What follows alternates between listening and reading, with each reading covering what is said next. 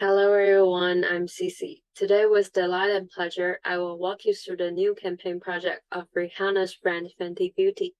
The campaign name is Now You See Me, and the main service is designed specifically for Black consumers that can help them create a full set of makeup with the help of AI on the Fenty Beauty official website. First of all, I would like to claim the intent of the campaign scheme. It hopes to make underprivileged groups be seen and represented by enriching their cosmetic choices and facilitating the efficiency for their makeup routine. Therefore, I designed the primary logo like this, an eye-shaped pattern with shining stars around to convey the brilliance of Black consumers, expressing that they are shining as stars and they should be seen and represented in whatever social environment, thus, of course, in beauty industry. Secondary mark is the four letters of Now You See Me, which is artistically designed. Then let me review the complete branding sheet. The brand colors are in line with the original colors of Fenty Beauty, which is some low saturated pink and brown. The fonts are adapted in a more modern and stylish way. I just used the campaign name as the tagline because it is already very catchy and intriguing. Also, I added Bag Out Riri, which is Rihanna's nickname, on the bottom right corner to stress the influence of celebrity. As it is known to us all, racial problems have been a long discussed topic in American societal culture. There are tremendous efforts paid in fighting against racial inequalities. This leads to a trend in the beauty industry, which is called inclusivity. Starting by Rihanna when she created 40 shades of foundation in her brand Fenty Beauty, so that Black people could find foundation shades that fit their skin tone, sparking the shift in the makeup industry in 2017. Other cosmetics brands started to imitate Fenty Beauty. This surely helped the Black group expand their choices in cosmetics. The background of this slide shows that news mentions related to beauty and inclusivity or diversity spiked in June 2020 and have remained elevated since. But a recent problem is that some companies focus more on marketing benefits and takings from this good deed, while ignoring quality and what underprivileged really want in terms of color cosmetics. Therefore, I come up with a solution, which is to combine AI technology with the trend inclusivity. A new section of the Fenty Beauty website called Now You See Me will be created. This will automatically offer matched results of eyeshadows, highlighters, contour, and lip glazes or lipstick products, helping Black consumers generate a virtual integrated makeup image after they complete the shade finder quiz, which is already existed on the official website. And next, let me explain this with statistics. According to McKinsey, over the past 2 decades, total spending by all Black households has increased by 5% per year, and it exceeds the growth rate of total spending by white households. They have considerable buying power and are definitely seeking products and services that better suit their needs.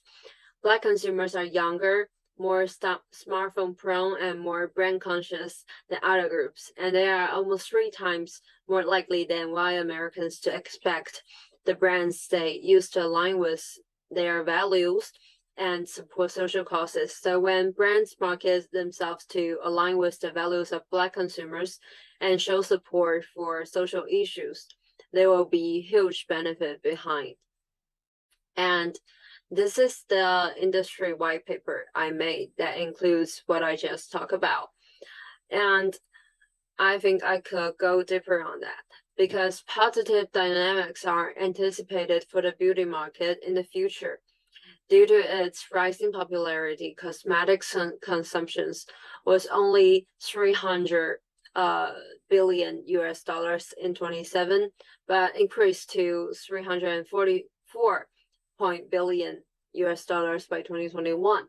However, the beauty industry used to be riddled with prejudice and racial exclusion. Fortunately, recent years have demonstrated that it is relaxing restrictions and embracing inclusivity, which refers to beauty that caters to all individuals, regardless of their gender, age, religion, skin tone, or type, etc. Giving multiple choices for people of color and business landscape expansion are now in demand trends in the beauty industry that stress inclusivity. The multiracial beauty line, Fenty Beauty, by Rihanna, exemplifies this trend.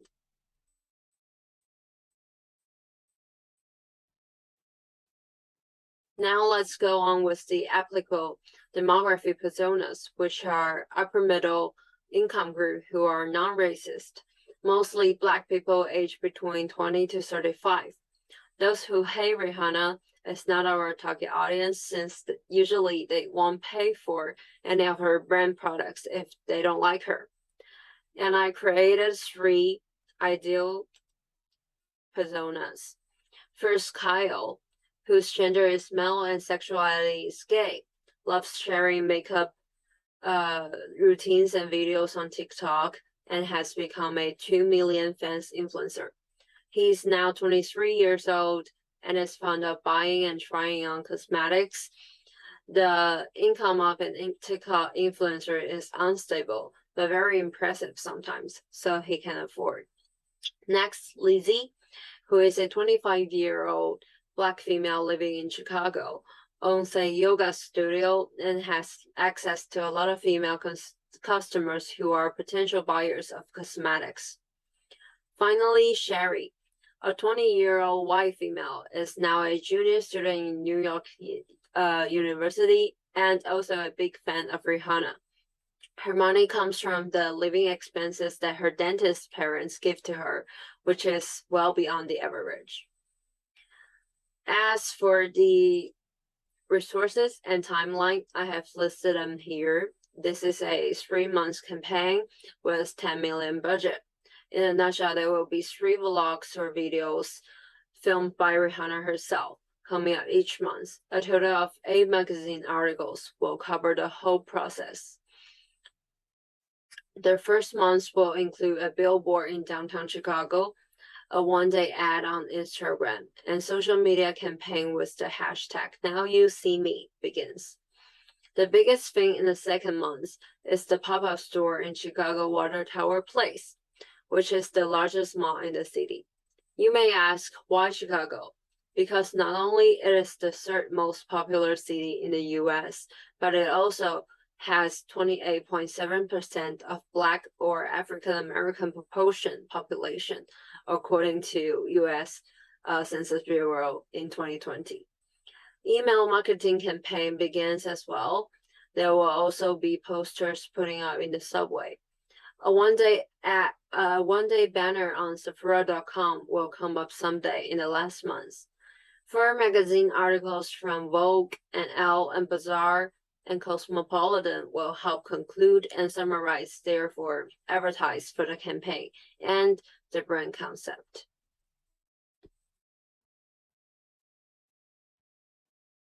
Here is the budget sheet. We can see that the highest cost goes to the pop-up store, which is $30,000, $10,000 each for email marketing campaign, social media marketing campaign, 5 feature magazine articles, a 1-day banner ad on Sephora.com, and Chicago subway posters. I also spared $20,000 for contingency money because there has to be a big deal of money spent on creating the new service combining AI technology. And having Rihanna filming vlogs or videos might not be totally free, even she is the CEO of Fenty Beauty. In a nutshell, that's all about the campaign. Now you see me. Questions are welcomed. Hope you enjoy the idea, and thanks for listening. Bye bye.